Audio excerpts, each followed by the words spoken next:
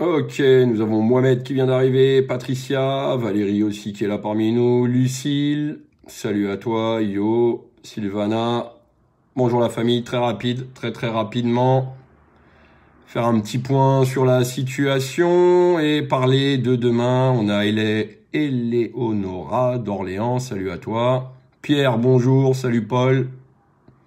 Gaël, bonjour à toi. Florian, mon petit street médic. Bisous mon Florian, comment vas-tu? Iverson, Martine, ça va la famille, je vous invite à partager. Alors, très rapidement, par rapport à l'appel national qui a été lancé concernant le 16 octobre, donc la journée de demain, sur une reprise des ronds-points. Beaucoup de provinciaux ou de proches provinciaux sur la ville proches de la ville de Paris souhaiteraient monter sur Paris. Alors je vais vous donner mon avis, qu'il plaise ou qu'il plaise pas. J'invite tous les Français de province, de France et de Navarre, des dom-toms, à rester dans leur région et récupérer les ronds-points de leur région. Je pense qu'il sera préférable d'être visible sur l'ensemble du territoire national pour qu'il y ait un impact médiatique beaucoup plus fort qu'une grosse manif où on nous dénigrera, où on sera capable de dire qu'on était simplement 3. Voilà, c'est mon avis. Je pense que des actions sporadiques, comme il a été fait ce matin, et je tiens à vous en parler, je vous mettrai le lien dans le truc là-haut, de l'opération Escargot qui a été menée par le syndicat Gilets jaunes et autres Gilets jaunes aujourd'hui sur le périphérique parisien. Donc bravo à Alex et l'ensemble des équipes qui ont pu mettre en place cette action. Je suis limite jaloux de ne pas y avoir participé. Donc voilà, j'invite tous les Français, je le répète, à prendre leur véhicule, à mettre une petite affichette en disant que l'essence coûte trop cher et que c'est pour ça que on roule doucement. De plus, je vous invite à ne pas bloquer. Restriction de circulation pour qu'on puisse avancer tout doucement, pour pouvoir diffuser les revendications. Je vous invite à aller chez Lidl, de prendre un petit paquet de bonbons et de pouvoir offrir des bonbons à toutes les personnes que vous allez pouvoir croiser.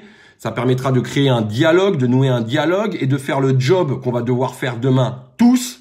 C'est de pouvoir convaincre l'ensemble des Français qu'il y a un sérieux malaise en termes de prix, en termes d'augmentation de prix, en termes de fiscalité, et qui aujourd'hui va payer l'ensemble des Français, moyens, pauvres, les travailleurs pauvres, bref, tous ceux qui sont déjà dans la souffrance vont devoir souffrir.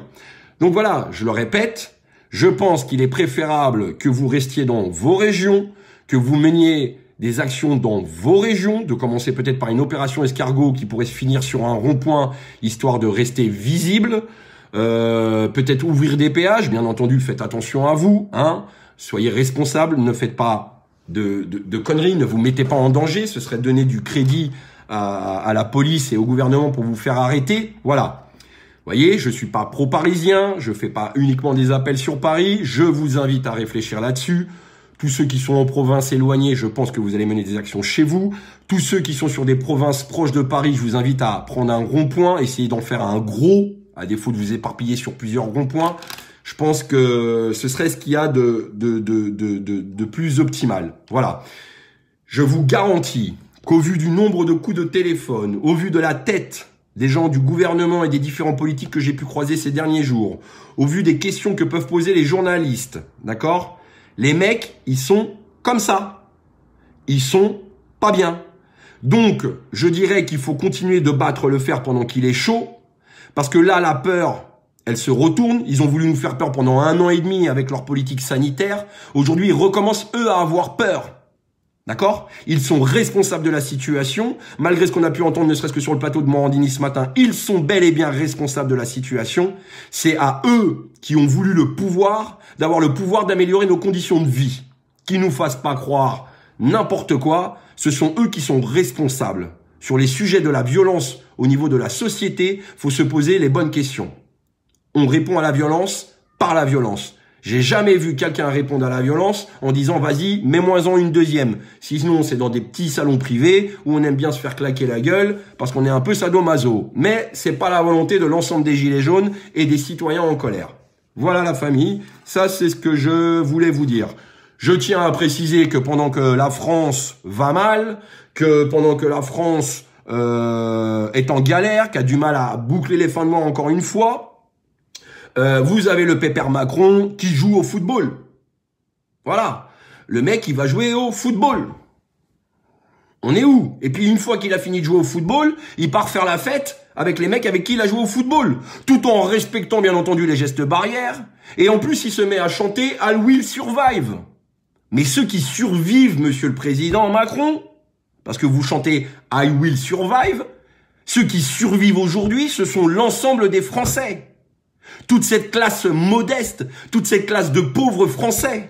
Pendant que vous chantez « I will survive » et après avoir joué au foot. Mais ça devient du grand n'importe quoi. Pendant ce temps-là, on diffuse des messages de merde à la télé, à nous parler de problèmes que les Français ne sont pas intéressés. Je le répète, Zemmour, c'est bien gentil, mais qu'est-ce qu'il fait pour la poche des Français? À part nous emmerder à changer de prénom. Je veux dire, quand le mec il va assister à un match du PSG, il est bien content d'être dans les tribunes du Qatar. Là, pour le coup, les musulmans, ça n'a pas l'air de beaucoup le déranger. Enfin, bref, à un moment donné, voilà. La famille, dans 8 mois, ce sont les élections présidentielles. Pour ceux qui en ont marre des manifestations, je vous invite à aller au-devant des meetings. Je vous invite à aller sur les places de marché, là où ça va distribuer du tract, là où vont venir vous draguer, vous courtiser pour pouvoir avoir vos voix et ensuite fermer vos gueules. C'est là qu'il faut aller, au cœur du sujet. Faites-le. On a un job, la famille. On a un job. Tous citoyens en colère que nous sommes, on a le job aujourd'hui de convaincre l'ensemble des Français qui nous regardent avec des yeux comme ça. Leur signaler ce qu'on fait depuis 3 ans, les mettre en alerte sur la situation qui aujourd'hui dégringole de plus en plus. C'est pas l'économiste de pacotille qu'on a pu voir sur le plateau de Morandini qui est là complètement hors sol, déconnecté. Oh mec, sur un plein de 50 litres, c'est 15 € d'augmentation par plein. D'accord? Si vous prenez un provincial qui va vous faire un plein par semaine pour aller faire les courses, pour aller au travail, pour emmener les gamins à l'école, pour emmener les gamins au sport, pour pouvoir faire des loisirs. 15 € en plus, ramené à l'année, c'est 720 € de plus. Donc ça, c'est pour ceux qui ont une voiture. Concrètement, vous avez une cuve de fuel, 1000 mètres cubes de fuel, ça va vous coûter 400 balles de plus, soit 1000. On est déjà à 1720 € sur un budget annuel. Qui de ceux qui regardent le live, qui ont une voiture, qui ont une cuve à fuel, et je vous parle même pas de l'électricité, ça fait déjà 1720 € à sortir de plus à la fin de l'année. D'accord? Alors là, je vois qu'il y a un pro Zemmour. Qu'est-ce qu'il vous a fait, Zemmour? Moi, personnellement, il m'a rien fait. J'adhère pas à son discours. J'attends juste qu'il propose peut-être quelque chose pour rétablir l'économie des Français. Parce que c'est pas en dégageant Mohamed et Aboubacar du pays que ça va remplir les poches des Français. Enfin, après, c'est mon avis. Passons, je suis pas là pour parler de Zemmour. 1720 € à sortir à la fin de l'année. Est-ce que vous aviez prévu ce budget-là? Répondez clairement sur le commentaire.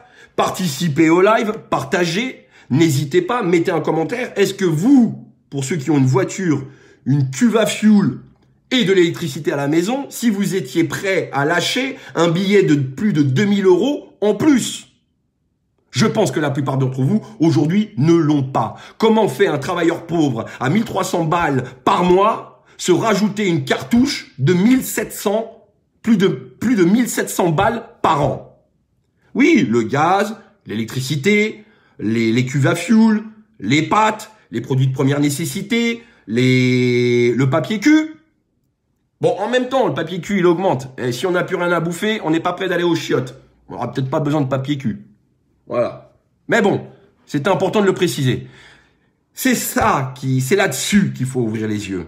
Il faut arrêter de nous emmerder avec les problèmes de violence. La société est violente parce que nous avons des gouvernants violents. Nous sommes à l'image de ceux qui nous gouvernent. Voilà. Ah, on a un champion, les gars. Je vous le mets. On va pas trop en parler. Voilà. Donc, on a un champion. Alors, je sais même pas comment prononcer son nom.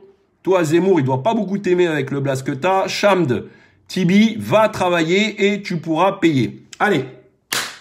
Je vous invite à le mettre en avant. Encore un mec qui m'invite à aller travailler alors qu'il est en train de regarder le live. Mais qu'est-ce que tu es en train de branler de ta vie, toi? Tu es en train de travailler peut-être?